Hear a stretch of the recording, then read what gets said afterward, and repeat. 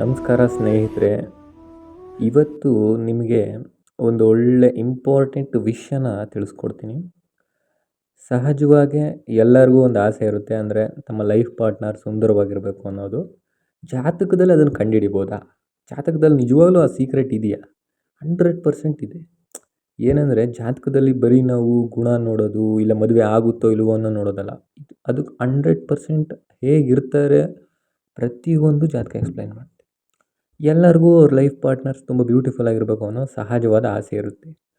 7ನೇ ಮನೆಯಲ್ಲಿ ಚಂದ್ರ ಕೂತಿದೆ. ನೀವು ನೋಡ್ತಾ ಇರ್ಬೋದು ಈ ಜಾತಕದಲ್ಲಿ 7ನೇ ಮನೆ ವೃಶ್ಚಿಕ ರಾಶಿಯಾಗಿದೆ, ಅಲ್ಲಿ ಚಂದ್ರ ಇದ್ದಾನೆ.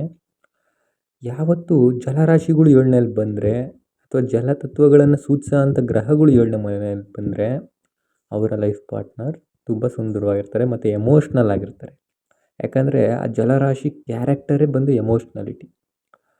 ಅವರ ಮುಂದೆ ಅವ್ರ ಲೈಫ್ ಹೇಗಿರುತ್ತೆ, ಸುಂದರವಾಗಿದ್ದಿದ್ದು ಮಾತ್ರಕ್ಕೆ ಜೀವನ ಚೆನ್ನಾಗಿರುತ್ತೆ ಅಂತ ಹೇಳಲ್ಲ. ಯಾಕಂದರೆ ಅಲ್ಲಿ ಆ 7ನೇ ಜಲರಾಶಿಯಾಗಿದ್ದರೂ ಅಲ್ಲಿ ಕೇತು, ರಾಹು, ಶನಿ ದೃಷ್ಟಿ ಈ ಥರ ಏನಾದರೂ ಇದ್ದರೆ ಅದು ಬೇರೆ ರೀತಿಯೇ ಹೋಗುತ್ತೆ. ಆದ್ರೂ ಇಲ್ಲಿ ನಾನು ಮಾತಾಡ್ತಾ ಇರೋ ಟಾಪಿಕ್ಕು, ಇಲ್ಲಿ ಲೈಫ್ ಪಾರ್ಟ್ನರ್ ಬ್ಯೂಟಿಫುಲ್ ಆಗಿರ್ತಾರೆ ಅಲ್ವಾ. 7ನೇ ಮನೇಲಿ ಏನಾದ್ರೂ ಜಲರಾಶಿ ಇದ್ದು ಚಂದ್ರ ಕೂತಿದ್ರೆ 100% ಅದು ಒಂದು ಬ್ಯೂಟಿಫುಲ್ ಲೈಫ್ ಪಾರ್ಟ್ನರ್ನ ಕೊಡುತ್ತೆ. ಈಗ ನೀವು ಈ ಜಾತಕದಲ್ಲಿ ನೋಡಿ, ವೃಶ್ಚಿಕ ರಾಶಿಯಲ್ಲಿ ಚಂದ್ರ ಕೂತಿದ್ದಾನೆ ಲಗ್ನದಿಂದ. ಸೊ ಈ ಥರ ಇದ್ದರೆ ಅದೊಂದು ಇಂಡಿಕೇಶನ್. ಡೆಫಿನೆಟ್ಟಾಗಿ ಒಂದೊಳ್ಳೆ ಲೈಫ್ ಪಾರ್ಟ್ನರ್ ಅವ್ರಿಗೆ ಸಿಗ್ತಾರೆ ಅಂತ. ಬರೀ ಇದೊಂದೇ ಅಲ್ಲ, ಅಕಸ್ಮಾತ್ 7ನೇ ಮನೆ ಯಾವಾಗಲೂ 7ನೇ ಮನೆ ಅಧಿಪತಿಗಳು ಶುಕ್ರ ಆಗಿರಲಿ, ಚಂದ್ರ ಆಗಿರಲಿ, ಗುರು ಆಗಿರಲಿ. ಗುರು 100% ಬ್ಯೂಟಿಫುಲ್ ಆಗಿರೋ ಪಾರ್ಟ್ನರ್ನ ಕೊಡ್ತಾನೆ. ಆದರೆ ಶುಕ್ರ ಚಂದ್ರನ ಅಷ್ಟಲ್ಲ. ಯಾಕಂದರೆ ಗುರು ಜ್ಞಾನಕಾರಕ, ಅವನು ಯಾವಾಗಲೂ ಜ್ಞಾನ ಸೂಚಿಸ್ತಕ್ಕಂಥನು.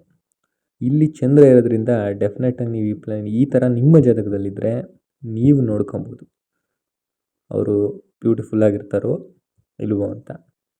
ನೆಕ್ಸ್ಟ್ ನಾವು ಈ 7ನೇ ಮನೆಯಲ್ಲಿ ಏನಾದ್ರೂ ಕರ್ಕಟಕ ರಾಶಿ, ಅದು ಒಂದು ಜಲರಾಶಿ, ನಿಮಗೆ ಗೊತ್ತು. 7ನೇ ಮನೆಯಲ್ಲಿ ಕರ್ಕಟಕ ರಾಶಿ ಬಂದರೆ ಡೆಫಿನೆಟಾಗಿ ಅದು ಬ್ಯೂಟಿಫುಲ್ ಆಗಿರ್ತಕ್ಕಂಥ ಲೈಫ್ ಪಾರ್ಟ್ನರ್ನ ಕೊಡುತ್ತೆ.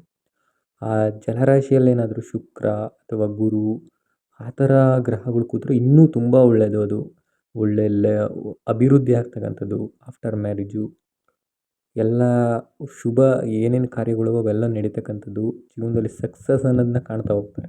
ನೋಡಿ, ಇಲ್ಲಿ ನೀವು ಜಾತಕದಲ್ಲಿ ನೋಡ್ತಾ ಇದ್ದೀರಾ, 7ನೇ ಮನೆಯಲ್ಲಿ ಗುರು ಉಚ್ಚುವಾಗವನೇ, ಜೊತೆಯಲ್ಲಿ ಬುಧ ಶುಕ್ರ ಕೂಡ ಅವರೇ. One of the best beautiful combination ಇದು. ಸೊ ಇಲ್ಲಿ ನಾವು ಹೇಳ್ತಿರೋದು ಇಷ್ಟೇ, 7ನೇ ಮನೆಯಲ್ಲಿ ಜಲರಾಶಿ ಇದ್ದು ಒಳ್ಳೆ ಗ್ರಹಗಳಿದ್ರೆ, ಅದು ಚಂದ್ರ ಶುಕ್ರ ಇದ್ದರೆ ತುಂಬ ಒಳ್ಳೆಯದು ಈ ವಿಚಾರಕ್ಕೆ. ಓಕೆ, ನೆಕ್ಸ್ಟ್ ನಾನು ಇನ್ನೊಂದು ವಿಚಾರ, ಏನೋ ಒಳ್ಳೆ ವಿಚಾರಗಳನ್ನ, ಸೀಕ್ರೆಟ್ ಆಗಿರೋ ವಿಚಾರನ ನಿಮಗೆ ತಿಳಿಸ್ತೀನಿ. Thank you.